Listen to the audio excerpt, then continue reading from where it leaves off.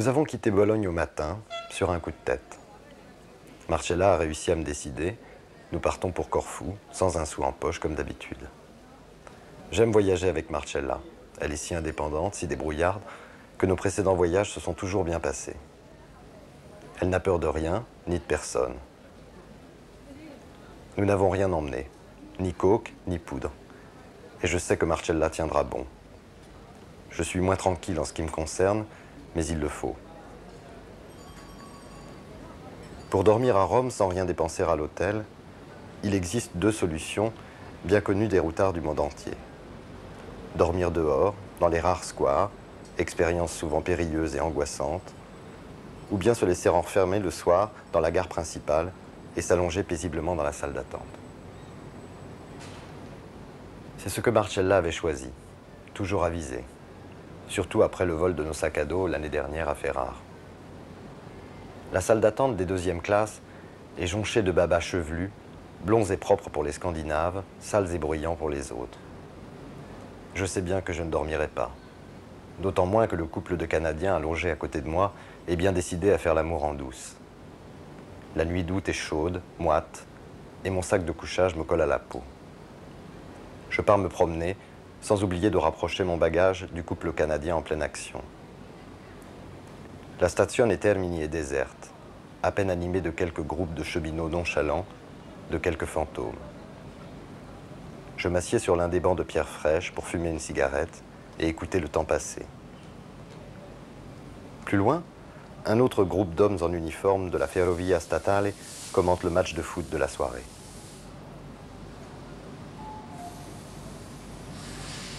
L'un d'eux me regarde à la dérobée et je pense un instant qu'il envie mes cigarettes. Il n'en est rien. Le groupe s'est bientôt séparé et l'homme en uniforme semble s'éloigner. Mais il fait demi-tour et passe devant mon banc une première fois sans presque me regarder, l'air affairé. Sans doute de mystérieuses obligations l'attendent dans l'une des cages de verre mussoliniennes qui parsèment les quais de la gare.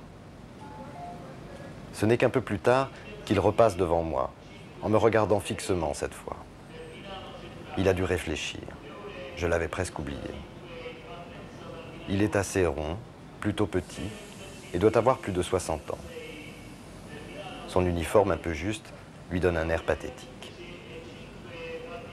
Ce n'est qu'au troisième passage qu'il se décide à s'asseoir à côté de moi. Un petit vieux qui veut parler. Il n'a jamais dû faire de mal à personne. Et moi aussi, je me sens seul.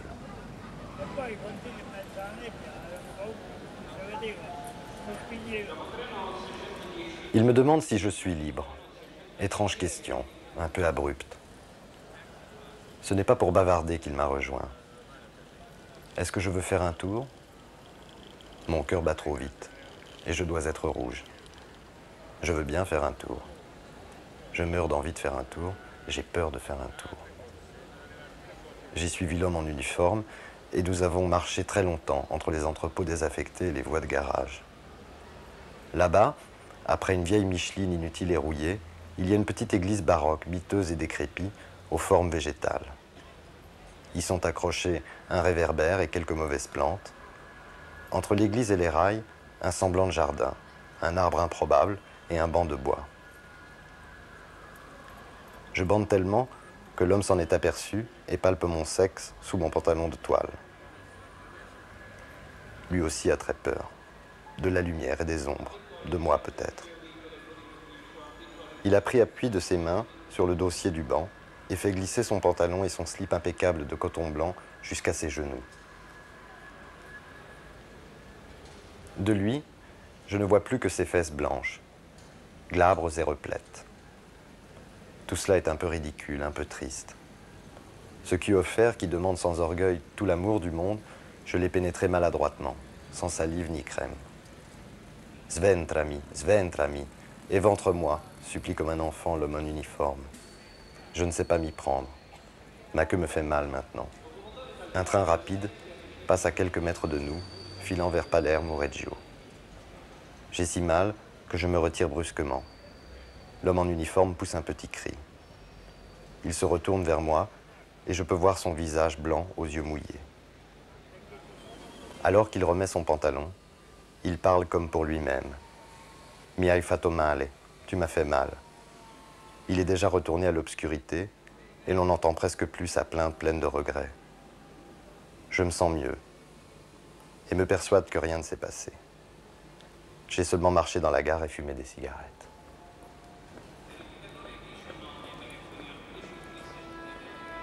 Marcella ne dort pas. Non, elle ne s'est pas inquiétée. Elle sait qu'à Rome, rien de grave ne peut m'arriver.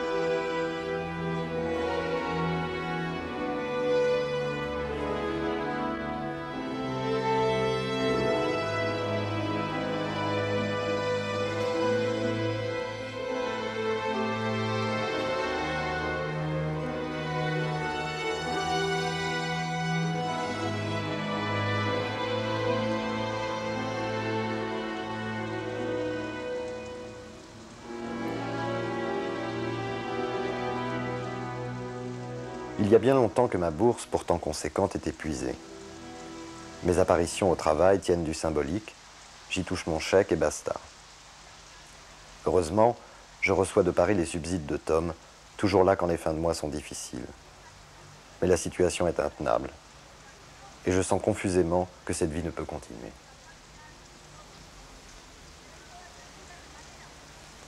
Je n'arrive plus à en faire la synthèse.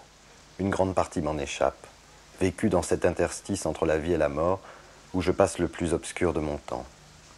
Trop d'écarts, de corps à peine connus qu'oubliés, d'ébauches de décisions avortées, patinant dans les ornières de la poudre pas chère, celle amère du pauvre Johnny, la brune infecte et dangereuse de Corrado, ou celle plus douce de Spartaco. Une infinité de minutes perdues à attendre fébrilement dans les cafés du Trastevere. Si je n'en regrette pas une, elles sont pourtant là, qui s'accumulent derrière moi, pour me rappeler que tout cela aura une fin, la mienne. L'aboutissement logique de ces désirs sans objet, sans larmes, excepté les pleurs théâtraux d'un drogué indifférent. Trop de morts derrière moi qui s'amoncellent, sans qu'aucun ne m'ait réellement manqué. Comme me manque chaque soir vers 5 heures l'héroïne qui donne pour l'instant, au-delà du plaisir, au-delà de la beauté de Rome, le seul sens que mon existence ait jamais su prendre. Et puis il y a toujours vivant tous ces mensonges calés çà et là pour faire tenir le mur de la vraisemblance, ce que je suis censé être. À tous, je leur ai menti, je me moque du monde, mais j'en souffre. Une telle quantité de faux recouvre ce que j'ai été, qu'elle m'étouffe, me suffoque. À Tom, à Huntley, à Marina, à Chiro, j'ai envie de dire pardon, mais il est déjà trop tard.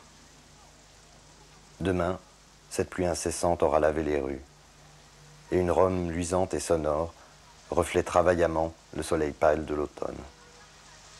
Mais il me faut encore passer cette nuit.